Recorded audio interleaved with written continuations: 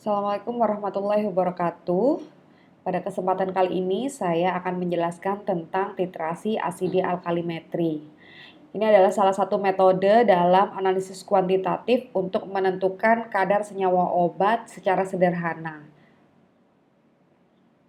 Outline yang akan kita pelajari pada kesempatan kali ini yaitu yang pertama adalah konsep pH, lalu kemudian senyawa yang bersifat asam, senyawa yang bersifat basa, definisi asidi alkalimetri, lalu kemudian definisi indikator dan jenis-jenis indikator asam basa, perhitungan dan penentuan kadar obat menggunakan titrasi asidi alkalimetri.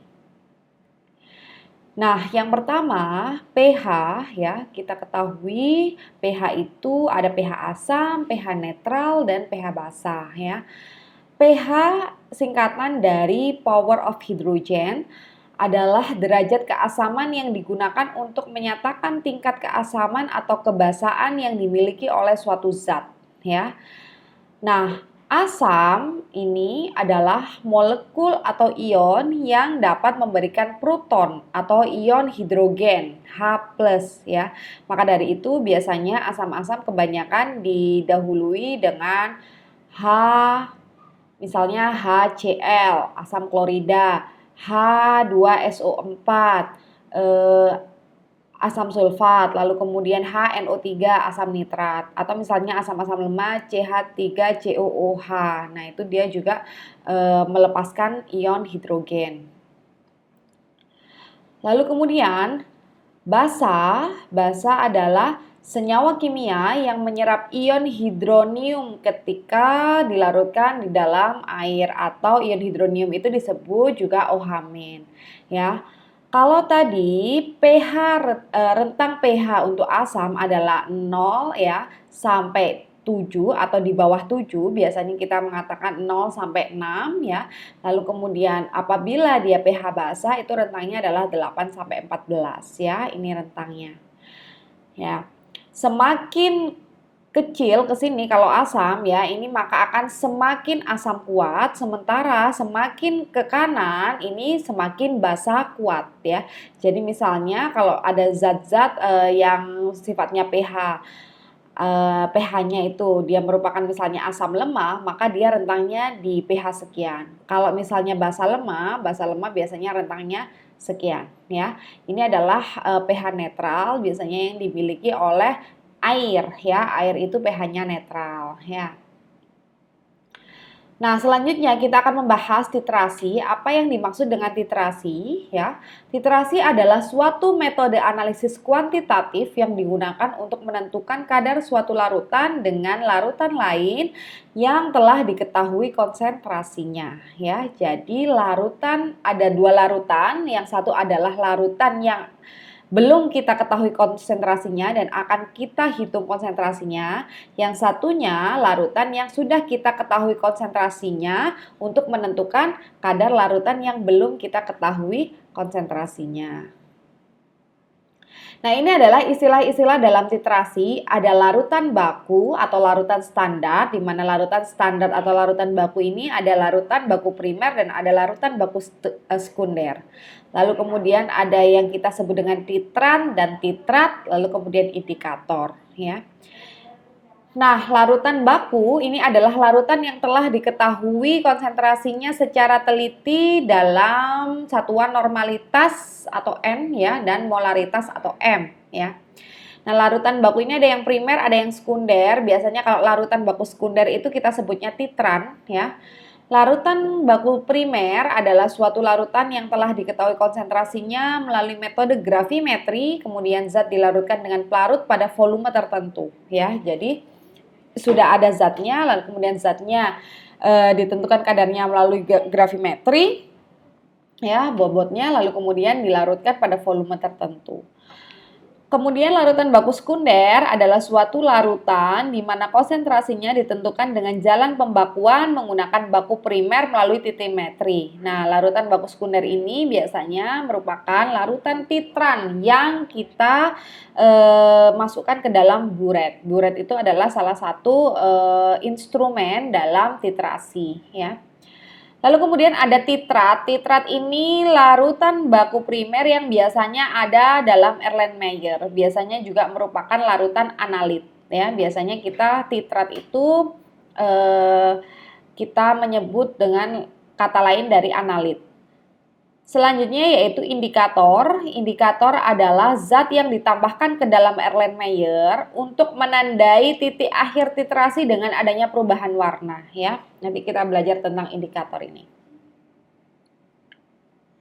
Nah, ini adalah peralatan yang digunakan untuk titrasi apa saja, yaitu buret, lalu kemudian Erlenmeyer, lalu kemudian ada pipet, ada statip, ya.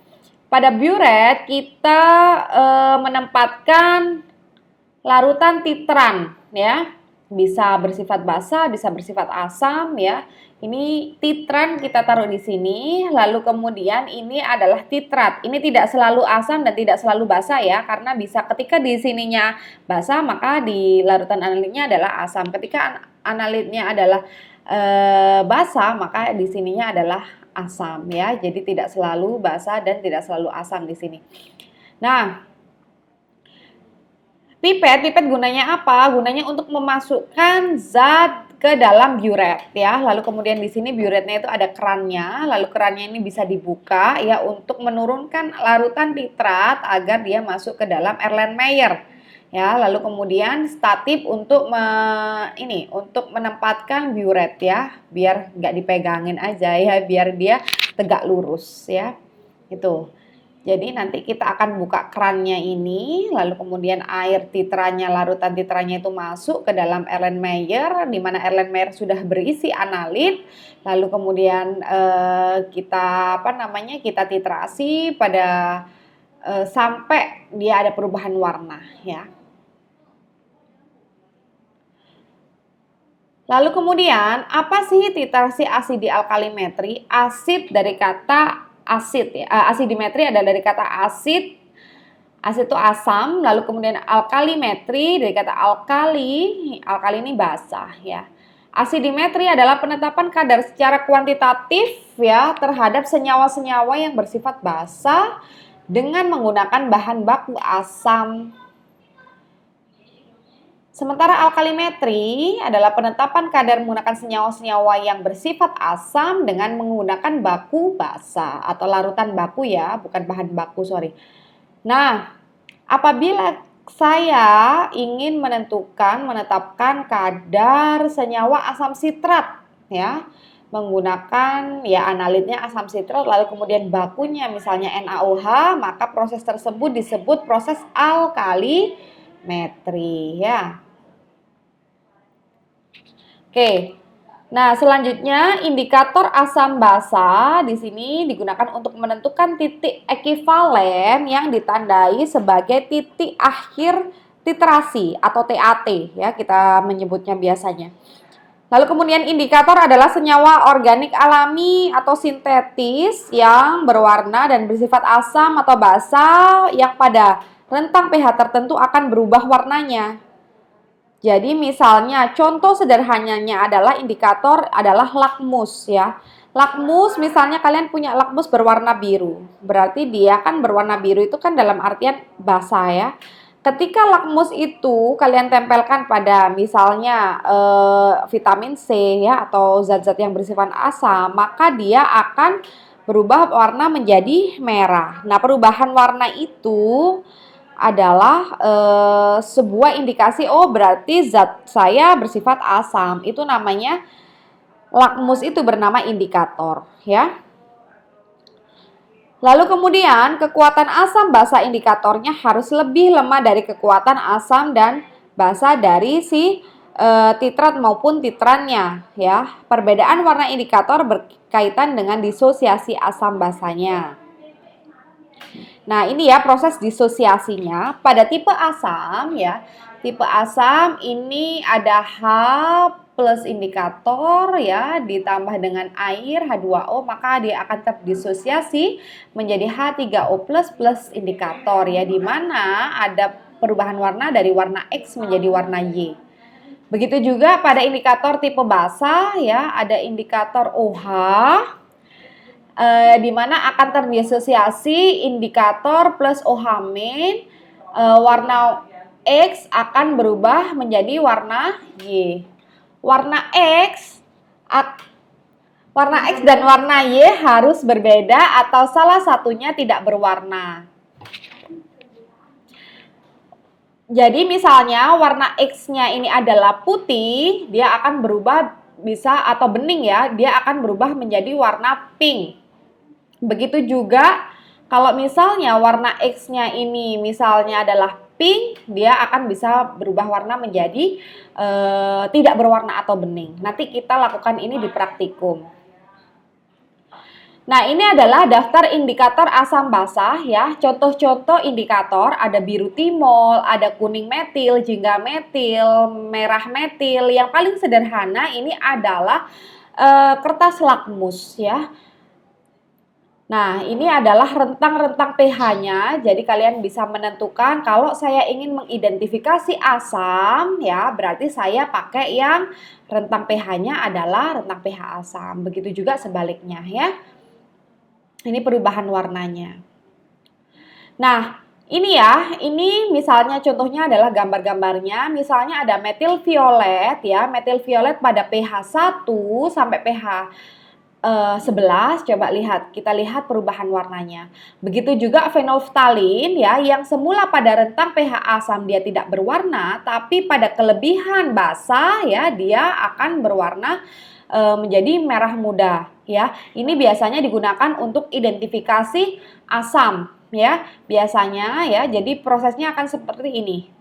Mula-mula kita mempunyai sampel yang bersifat asam ya, berwarna putih bening ya, karena biasanya sampelnya berwarna putih lalu kemudian kita larutkan pada pelarut yang berwarna pelarut ya, maka dia akan menimbulkan pelarut berwarna bening ya, larutan bening. Nah, larutan bening ini misalnya kita tetesi dengan 3 tetes fenolftalin, dia akan tetap bening karena ini kan sifatnya asam ya kan, ini tetap asam karena belum dikasih titrat yang sifatnya basa. Nah, titrannya nanti kita menggunakan NaOH. Ketika kita kucurkan NaOH, maka NaOH-nya akan masuk ke dalam larutan asam ini. Nah, dia akan terjadi perubahan pH dari yang semula asam menjadi lebih basa, lebih basa, lebih basa hingga dia pada rentang pH kelebihan basa. Nih ya, perubahan warnanya pada pH yang misalnya fenolftalin ada pada rentang pH 9, maka dia akan berubah menjadi warna merah jambu. Ketika sudah berubah warna, ini langsung kita hentikan. Ya, proses titrasinya kita hentikan sehingga nanti kita hitung nih volume, berapa volume titran yang kita gunakan untuk titrasi. Nah, itulah yang kita gunakan sebagai perhitungan kadar obat atau kadar asam ya, kadar senyawa di dalam larutan asam ini. Itu ya. Selanjutnya yaitu kurva titrasi asam dan basa. Ada 4 titrasi asam dan basa. Ada titrasi asam kuat dan basa kuat dan asam kuat, asam lemah dan basa kuat, dan basa lemah dan asam kuat ya. Ada 4 daerah perhitungan pH untuk titrasi asam basa, yaitu yang pertama pH mula-mula, di mana pH mula-mula ini ditentukan oleh konsentrasi analat ya atau analit. Lalu kemudian pH sebelum titik ekivalen atau titik akhir titrasi ditentukan dari setelah penambahan titran tetapi belum mencapai ekivalen dengan analat. pH titik ekivalen atau titik akhir titrasi ditentukan saat titik ekivalen tercapai. pH setelah titik ekivalen ya ditentukan dengan kelebihan titran setelah mencapai titik ekivalen. Nah, ini ya masing-masing kurvanya. Apabila titrasi asam kuat dengan basa kuat, maka ini kurvanya akan demikian ya, titik ekivalennya ya. Di sini rentang pH 7. Nah, ini adalah perhitungan kita ketika kita ingin menghitung pH dari pH mula-mula, pH titik ekivalen, pH sebelum titik ekivalen, pH setelah titik ekivalen. Ini ya rumusnya, nanti kita pelajari pada praktikum. Lalu kemudian ini titrasi basa kuat dengan asam kuat. Lalu kemudian titrasi asam lemah dengan basa kuat ya, di mana pH mula-mula harus kurang dari 7, setelah titik ekivalen berarti pH-nya lebih dari 7. Ini biasanya digunakan misalnya untuk mengidentifikasi asam sitrat, asam asetat, dan asam-asam lemah lainnya. Ini ya titik ekivalennya, kurvanya akan demikian. Berbeda ya dengan yang tadi. Selanjutnya adalah titrasi basa lemah dengan asam kuat. Rumusnya demikian. Kebalikannya ya, kalau tadi pH mula-mulanya harus kurang dari 7, kalau di sini pH mula-mulanya lebih dari 7, pH setelah titik ekivalen itu kurang dari 7 ya. Ini adalah kurvanya. Selanjutnya, faktor yang mempengaruhi titrasi, ya, yang pertama adalah konsentrasi analat dan titran. Makin besar konsentrasinya, maka perubahan pH pada daerah titik ekivalen makin besar, sehingga makin mudah menentukan indikator yang sesuai. Ya. Lalu kemudian kekuatan asam pH, asam lemah dan basa lemah itu juga berpengaruh ya, konstanta asam dan konstanta basa dari suatu analat itu berpengaruh ya. Makin besar harga Ka dan Kb, maka reaksi makin besar daerah perubahan pH pada titik ekivalen sehingga makin menentukan indikator yang sesuai. Lalu kemudian pemilihan indikator juga menjadi faktor. Indikator yang digunakan perubahan pH-nya harus berada pada daerah pH titik ekivalen. Nah, yang terakhir adalah perhitungan kadar. Karena tadi kita berbicara tentang titik ekivalen, maka hal yang pertama harus kita pelajari ini adalah bobot ekivalen. Ya, bobot ekivalen adalah bobot satu ekivalen dari suatu zat dalam gram. Ya, di mana bobot ekivalen ini adalah rumusnya BM, berat molekul dibagi ekivalensi. BM ini sama halnya dengan massa molekul relatif atau MR ya. Nah, ekivalensi ini adalah jumlah nilai tukar ion H+ ya. Jumlah mol ion hidrogen, elektron atau kation univalen yang diberikan atau diikat oleh zat yang bereaksi. Secara gampangnya adalah nilai tukar dari ion H+.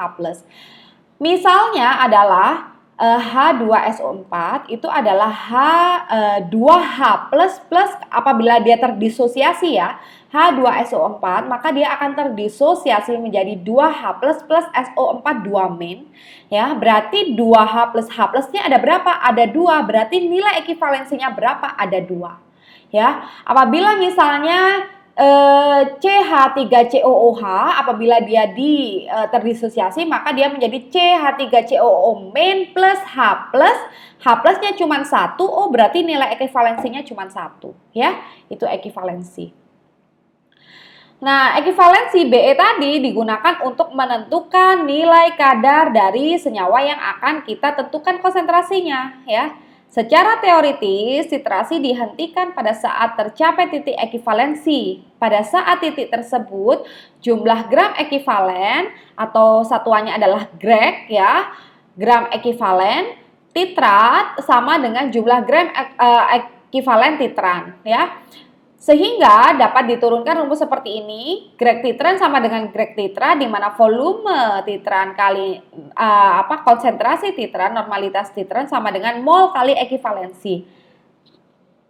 Volume titran kali N titran sama dengan gram per BM karena gram per BM ini adalah rumus dari mol kali ekivalensi ya.